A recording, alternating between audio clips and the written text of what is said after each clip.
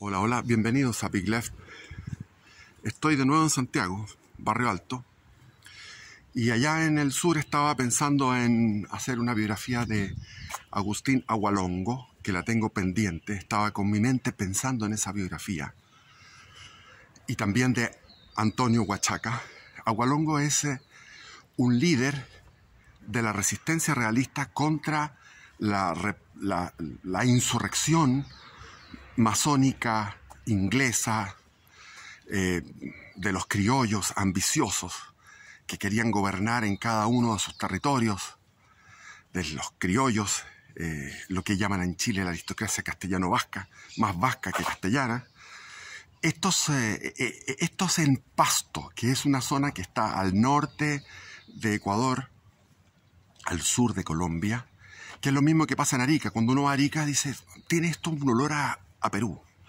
Cuando uno va a Calama tiene un aroma a Bolivia. Cuando uno va a Mendoza dice, bueno, Mendoza tiene un aroma a Chile. Son lugares fronterizos que son realmente más ecuatorianos que colombianos en Pasto. Y es una historia que quiero narrar, y también narrar la de Antonio Huachaca, que fue el que resistió después de la batalla de Ayacucho. O sea, la batalla de Ayacucho, siempre dicen los manuales de historia, selló para siempre. Fue la última victoria después de Junín, que fue una batalla extraña, que el bando republicano agarró la retaguardia de los realistas. En Ayacucho fue ya de frente, en una explanada pequeña. Fue una masacre fuerte. Y terminaron de existir las tropas de línea favorables al rey, del virrey La Serna, y de ahí en adelante se suponía que todos estos indios que estaban en el ejército realista, que eran 5.000 quechua hablantes, se irían a sus casas. No, siguió la resistencia de los indígenas en la zona de Ayacucho y la resistencia en Pasto, donde Agustín Agualongo entró como miliciano, y de miliciano fue ascendiendo al grado de sargento, teniente, capitán, llegó a coronel, y después de coronel, póstumamente, cuando ya lo fusilan, llega un oficio del rey Fernando VII nombrándolo brigadier general, o sea, el máximo rango del ejército español.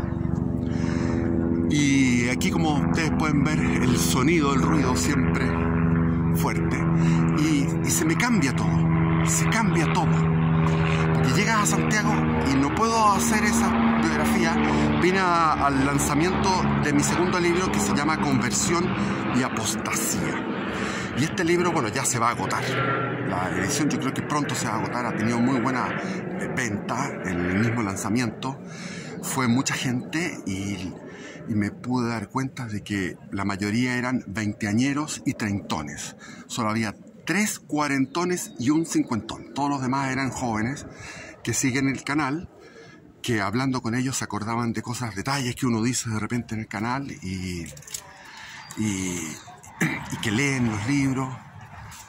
Bueno, la verdad yo no tengo ningún afán de ser famoso, ni de figurar, ni de que... No soy una persona ególatra. No tengo nada de qué enorgullecerme. He dicho que soy autorreferente porque me llamaron a ser autorreferente. Mi hijo me dijo, cuando estaba en su canal Capitalismo Revolucionario, el año 16 creo que fue, o 17 por ahí, no me acuerdo los años, me dijo, necesitamos los seguidores de él, de Capitalismo Revolucionario, querían saber sobre mi experiencia. Entonces yo empecé a hablar de mi experiencia y no tenía ganas. Esos videos que están en ese canal son de desgano. Finalmente ya he tomado una musculatura de poder hablar de mi pasado de forma amena y sustanciosa, con enjundia, porque en un comienzo sentía una vergüenza muy grande de narrar mi historia. Y ahora ya me acostumbré porque es parte de lo que sería una especie de querigma, de catecismo, de prédica. El querigma es el mensaje que daba Pablo. Cuando predicaba Pablo en los Hechos de los Apóstoles decía, miren lo que me pasó a mí. Yo iba camino a Damasco y se me apareció Jesucristo. Y Jesucristo luminoso. Y bueno, y no sé si llegué al séptimo cielo o al quinto cielo, etc. Entonces, esa caída del caballo que le llaman, que no se sabe si andaba a caballo o andaba a pie, cayó en tierra, producto de ese choque. Y ahí hay muchos que tomaron eso humorísticamente. Cuando hablé de San Pablo, hablé de un choque y quise hacerlo bien teatralmente, que chocaban. Y de ahí hay un estúpido que me saca cosas como la parte humorística mía. Bueno, hagan lo que quieran, huevón. Y cambia todo al llegar a Santiago. Me doy cuenta, llego aquí al Barrio Alto, me doy cuenta de la proliferación de nuevos negocios cool, así de yoga, de cosas integrales, orgánicas, etcétera, etcétera. Y anoche alcancé a ver algo sobre este gallo Mochati. Bueno, yo conocí a Mochati el año 79 cuando hicimos un ayuno. Hicimos un ayuno en la parroquia universitaria que era de un cura que llamaba Conley, no me acuerdo cómo se llamaba el cura, se me olvida el nombre, pero bueno, era un cura irlandés de ultraizquierda, de la parroquia universitaria, que quedaba ahí en Bilbao con Pedro de Valdivia. Y ahí hicimos un ayuno, y ahí estaba Mochati, y Mochati se manifestaba de izquierda, junto con su hermano. Son dos hermanos eran de izquierda, y de izquierda fuerte. Pero él trata de ponerse como ecuánime, como que pero dice una cosa muy cierta, que los ganadores aquí son el Partido Comunista y el Frente Amplio, porque se está haciendo calzar con el tema el tema audios de Hermosilla, se está haciendo calzar la caricatura que quiere la izquierda. La izquierda quiere una caricatura de una burguesía corrupta, una burguesía que hace negocios turbios y que explota al pueblo. Los burgueses son los malos. Es una hipocresía, sin duda, porque ellos son burgueses y son corruptos. En este momento, la burguesía chilena no tiene mérito, no hay mérito. Deben haber algunos por ahí que son descendientes de la antigua aristocracia castellano-vasca, que son gente correcta, que son gente de honor, gente buena, pero los que eran de la UDI ahora son de Bópoli. Cuando llegué el viernes, fui a pasé por ahí, había una fiesta de un hotel boutique que inauguró Miguel Cast. No, perdón, Miguel, ¿cómo se llama este? Felipe Cast. Pura gente de 30 años, espléndida, de la línea de Bópoli, así. La burguesía, como dice mi hijo, el comunismo neoliberal. El comunismo neoliberal. Entonces, el mismo presidente se subió al carro, el huevón del Boris. Esto que es como es un pan que lo han administrado estupendamente. Y chileguano es chileguano, como lo bautizó Pedro Pool. A propósito, Pedro Pool ahora salió en una encuesta con un 2%, por lo menos ya está apareciendo en las encuestas. Dice Mochati, no hay crecimiento, hay un 1%, un 1.5% de aquí al 2036, el próximo gobierno no va a tener recursos. Y Juan Pablo Hermosilla no es actualmente, diría yo que desde no sé qué edad, porque yo le perdí la pista, Juan Pablo Hermosilla era de izquierda dura, pero después pasó a estuvo protagonizando la campaña de Eduardo Frei Ruiz-Tagle, de Bachelet. Entonces él no va a filtrar videos que perjudiquen a su sector, por ningún motivo. Por lo tanto, ahí va a haber y también el ministerio no lo va a hacer. Entonces, hay muchos videos de este caso, diálogos en chat del caso audios que no van a salir a la luz, que van a estar ahí, porque son comprometedores, por ejemplo, para la señora Bachelet, que ahora está subiendo en las encuestas. Y Chile, ¿por qué es así? Cuesta entenderlo, cuesta entenderlo. ¿Por qué Chile tiene un 30% que puede llegar a un 40% de gente de izquierda?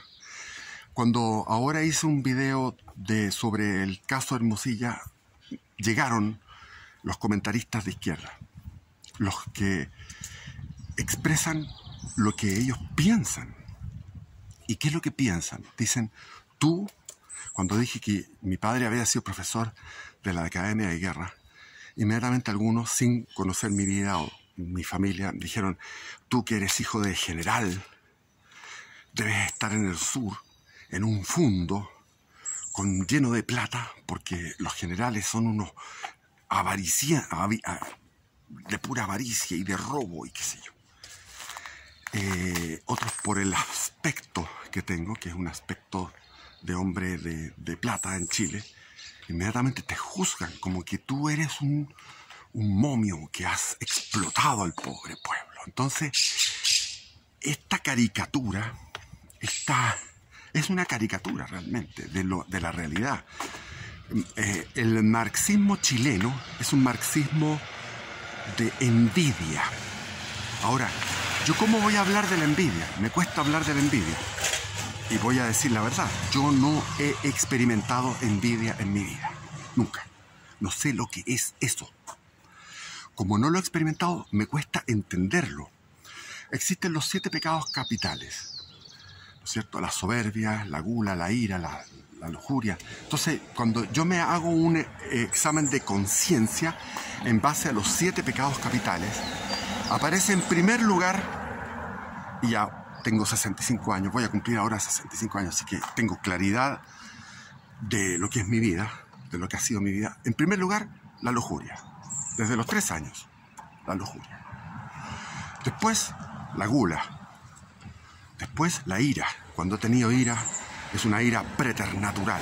Sálvese quien pueda, pues, cuando yo puedo morir matando con la ira. Pereza, sin duda. Estamos en rangos de importancia. Pereza. Soberbia. Pero cuando llego, la gula, de todas maneras, toda mi vida la gula, 100%. Pero cuando llego, hay 2 pecados que yo no los entiendo, porque no lo tengo. No es que, como les digo, yo soy un tipo en esos otros tremendo, pero en esto no lo puedo entender. ¿Cuál es? La avaricia es algo incognoscible, es algo misterioso. ¿Qué es la avaricia? ¿Cómo pues? O sea, si tú tienes una cantidad de plata, tú puedes decir esta cantidad de plata queda en ahorro y esta la gasto, o esta la invierto, qué sé yo, o la reparto. Pero el avaro es algo incomprensible. Yo la única vez que pude ahorrar fue cuando viví donde mi madre y dije, para ahorrar tengo que ir a misa todos los días. Porque tenía el ejemplo de una tía de Punta Arenas que ella era avara, había ganado la lotería, ganó la lotería y iba a misa todos los días y quedó millonaria en la muerte. Entonces yo decía, bueno, si van a misa todos los días, cuando iba aquí a misa en este barrio, me encontraba con ciertos pechoños que eran avaros. Dije, este güey es un avaro y viene a misa todos los días. Dije, yo necesito ahorrar porque ya se me viene la vejez encima. Eso fue a los 55 años. 55 años que me vine de Puerto Montt y a la casa de mi madre. Dije, yo aquí, misa todos los días. Y hice eso, misa todos los días, y a mí me sirvió porque la misa todos los días me permitía no meterme en líos de falda. Porque si me metía en un lío de falda, en una relación, iba a terminar sin plata. Entonces, acumulando todos los días, logré juntar unos millones. Fue fantástico. Entonces, no entiendo a los avaros. Y lo que menos entiendo es a los envidiosos, porque nunca, la verdad, después dije yo, ¿cuándo he tenido envidia? A ver, hace un examen de conciencia, empieza a buscar la envidia. Y yo me acuerdo una vez que, por darle un ejemplo simpático, loco, cuando andaba viajando el año 1980 por Chiloé, cruzamos de Dalcahue a la isla de Achao, íbamos a Curaco de Vélez, y ahí íbamos un grupo de gente. Nos encontramos, nos hicimos amigos, y me tocó en la pensión, tenía 20 años, iba con un libro que se llamaba El miedo a la libertad, de Erich Fromm. Libro filosófico, así, psicoanalítico. Erich Fromm era un tipo agradable. Tenía otro libro que me lo devoré que se llamaba Psicoanálisis de la Sociedad Contemporánea. Y el famoso El arte de amar, que nos hacían leer eso en el colegio. El arte de amar de Erich Fromm. Y estaba leyendo eso y empiezo a sentir en la pieza de al lado, contigua, que era una pensión económica, escuchaba el jadeo, los movimientos, la relación sexual que se prolongó en varios episodios hasta como las 5 de la mañana. Y yo dije, no voy a leer nunca más ningún libro. Nunca más voy a leer ningún libro. Esto no puede ser. Sentía que mi vida era que tenía falta de vitalidad, teniendo todo esto al lado, con esta vitalidad erótica de los compañeros. Ella después murió en un accidente de auto, al año después murió ella en un accidente de auto. Era militante del Mapo Obrero Campesino, ella. Y él era ingeniero y era militante de otro partido de izquierda. Y en ese momento yo sentí una pena, pero la pena era por mí. Entonces cuando se define la envidia como la pena por el otro, o sea, es tristeza del bien ajeno. No, yo sentía tristeza por mi realidad. Y cuando veo que algunos viajan y andan hacen unos viajes que me gustaría a mí hacerlo, yo siento pena por mí que no puedo tener esa plata para viajar. Porque en este momento, si yo tuviera la plata para viajar, iría a Europa por 2 años, no a hoteles, sino que a lugares modestos. Haría quizás el camino de Santiago, por las montañas, el camino extraviado, el camino, qué sé yo, recorrería de nuevo la costa del Cantábrico, la costa del País Vasco, de Cantabria, iría a Garabandal, a San Sebastián de Garabandal, iría a Lourdes, iría a Fátima, iría a La Coruña, a Galicia, etc. O sea, pasaría 2 años recorriendo eso. Pero cuando veo que otros hacen esto, no me causa pena que ellos lo hagan, sino que me causa pena que yo no lo haga y finalmente digo, bueno, estoy en lo que estoy, esta es mi vida y punto. Yo sabía que cuando volvía de Europa no voy a volver. Cuando regresé de Europa, que estuve 4 años, dije yo, no voy a regresar nunca más, porque sabía que iba a entrar, era la crisis del 82, todavía no se salía de la crisis del 82, y para ir a buscar un trabajo, había 2 plazas en una empresa, 2 puestos vacantes para trabajar, había 100 o 200 personas con sus currículum, con sus ternitos, con sus saquitos, sus corbatas, todo esperando la entrevista. Esa era la realidad que había el año 85, 86, ya el 87, 88 se disparó la economía a todo dar. Tanto que después entregó Pinochet el año 90, creo que sobre el 10%, y el señor Fox ahí tuvo que ponerle paños fríos, dijo. Hay que ponerle paño frío porque está recalentada la economía. Y entonces los comentarios de la gente de izquierda son comentarios envidiosos.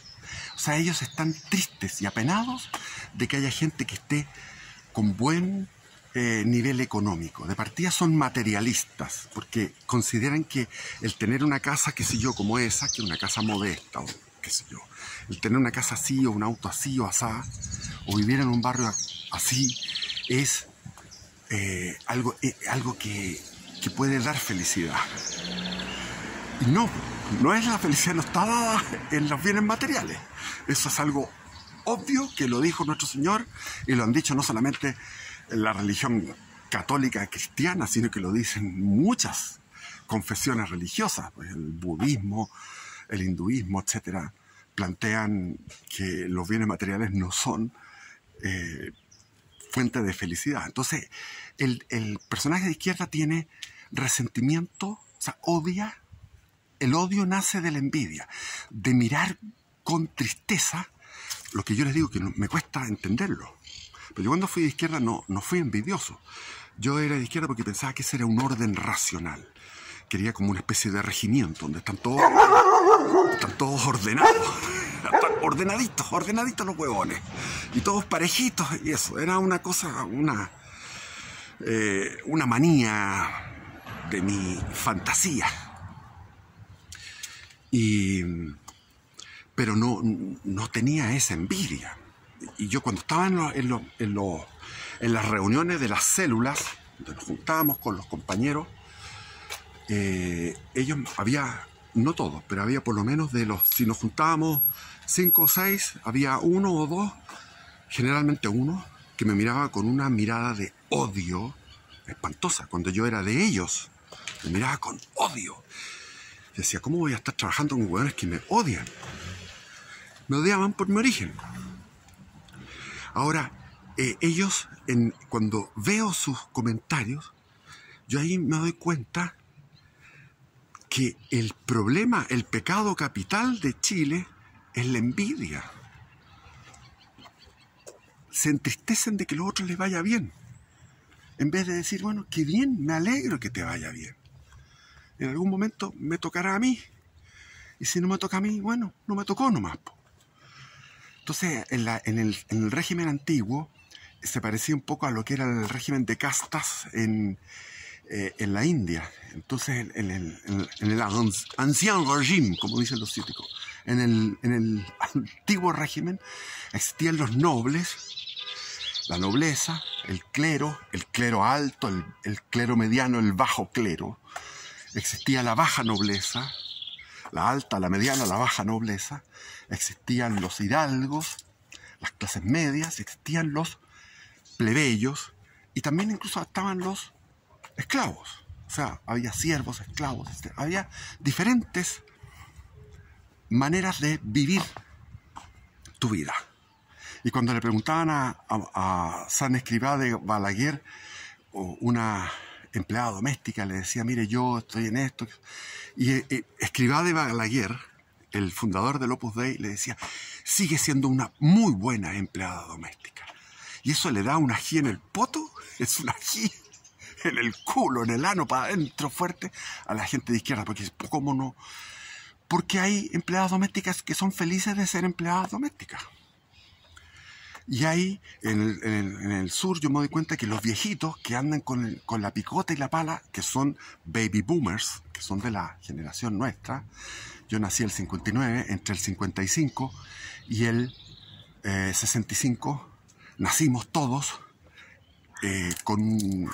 viniendo de 2 guerras mundiales. Por lo tanto, los años 50 fueron unos años de muchísimo crecimiento económico, y después vienen los 60, los 70, los 80, los 90, los 2000. Nosotros fuimos la generación más prolífica, la mayor número por eso se llama baby boomers, el mayor número de niños nacidos, pero que además venían con un peace and love, paz y amor, pero al mismo tiempo disciplina. Entonces, nosotros vimos cómo esto se expandió de una manera increíble. Yo les he contado que iba a hacer picnic con mis hermanos a un lugar que había sauces llorones, acequias, viñedos, en donde ahora es la autopista, la gran avenida Kennedy, cerca de donde ahora es el Alto Las Condes. Y eso era campo. Y detrás donde es ahora Paul Harris, eso era campo. y se podía ir a hacer picnic y escuchar los pajaritos y nada más. Entonces, en mi corta vida, que voy a cumplir 65 años, he visto expandirse las carreteras, los autos por millones de autos, casas, edificios, más personas, más población. Los chilenos se expandieron, después llegó una inmigración y finalmente todo esto rebosante de gente y todo. Pero viene el tobogán del colapso demográfico y vamos a encontrar mis nietos, los bisnietos, van a encontrarse con aviones Boeing parados porque no tienen pasajeros y no tienen pilotos, centrales atómicas abandonadas con todas las compuertas cerradas para que no hayan accidentes y que no escapen esas sustancias, pero con el tiempo pueden deteriorarse y expandirse. Se van a sentir con necesidad de procrear, de volver a procrear. Bueno, les hablaba de eso, de la envidia. Como les digo, no la entiendo, así como la avaricia, son dos pecados que no los puedo entender. Pero el problema en Chile es eso. Cuando yo estaba en Estados Unidos, estuve unos meses, en total 5 meses y medio, me di cuenta que allá el esplendor de barrios como estos son superiores, o sea, son casas espectaculares, magníficas, pero se siente en el aire, en el ambiente, que nadie está envidiando al otro. En Estados Unidos uno puede ser espléndido con su riqueza y nadie va a estar que le va a doler la riqueza del otro. Eso no lo vi en Estados Unidos. En el poco tiempo que estuve me di cuenta de eso, que era natural. Y claro, yo veía toda esa riqueza y decía, qué bien, me alegro por ellos que sean ricos. A mí no me interesa la riqueza. Nunca me interesó. He tenido una vocación de pobreza. Yo creo que la pobreza es una bendición, porque es un límite. Si ahora llega una especie de demiurgo, se aparece este Aladino y me dice, pide un deseo, y yo si caigo en la tentación y le digo, dame 5 millones de dólares, me pierdo. Yo con 5 millones de dólares me pierdo. Muero. Me hace pésimo. En cambio, por algo el Señor me tiene siempre cortito. Entonces los buenos creen, este weón, como es gringo, es millonario. El papá es un militar, como dijo que el papá era profesor de la Academia de Guerra, se imaginan que es un militar, y que es un general, que juntó plata. Y por eso tiene una casa en el sur. Creen que la casa mía es espectacular, cuando es una cabaña. Porque ellos van a una caricatura. Y la falsedad del marxismo es que los ricos son ricos porque le quitan al pobre. El pobre es pobre porque ha sido robado por el rico. Y eso es falso. Eso es falso. En cada empresa hay unos que merecen más que otros. ¿Y por qué los gerentes generales merecen tanto sueldo? Porque ellos tienen que rendir cuentas a los dueños, que son los que ganan más que el gerente general, o de repente pueden ganar menos que el gerente general, dependiendo de las utilidades. Y después el gerente comercial gana menos que el gerente general porque tiene un puesto inferior, pero él está a cargo de toda la venta, y el gerente de producción de la producción. Y después vienen los ejecutivos, vienen los administrativos, que tienen un cierto conocimiento, por lo tanto tienen que ganar más que el que está barriendo, y el guardia gana más que el que barre porque es el que está dando seguridad y defiende a la empresa de algún ladrón. Entonces, todo tiene una lógica, el mercado tiene una lógica. Entonces el marxismo, esto con la teoría de la plusvalía, de que los ricos se hacen ricos porque empobrecen a los pobres, es un mito macabro, es un mito que ha hecho muy mal a la humanidad. Y en este país, lamentablemente, la izquierda sigue ganando porque la derecha expresa... La derecha, incluido republicano y chileguano, es una expresión espiritual de la burguesía, de la derecha económica, de esta burguesía que no tiene alma, no tiene contenido, no tiene espiritualidad, salvo contadas excepciones.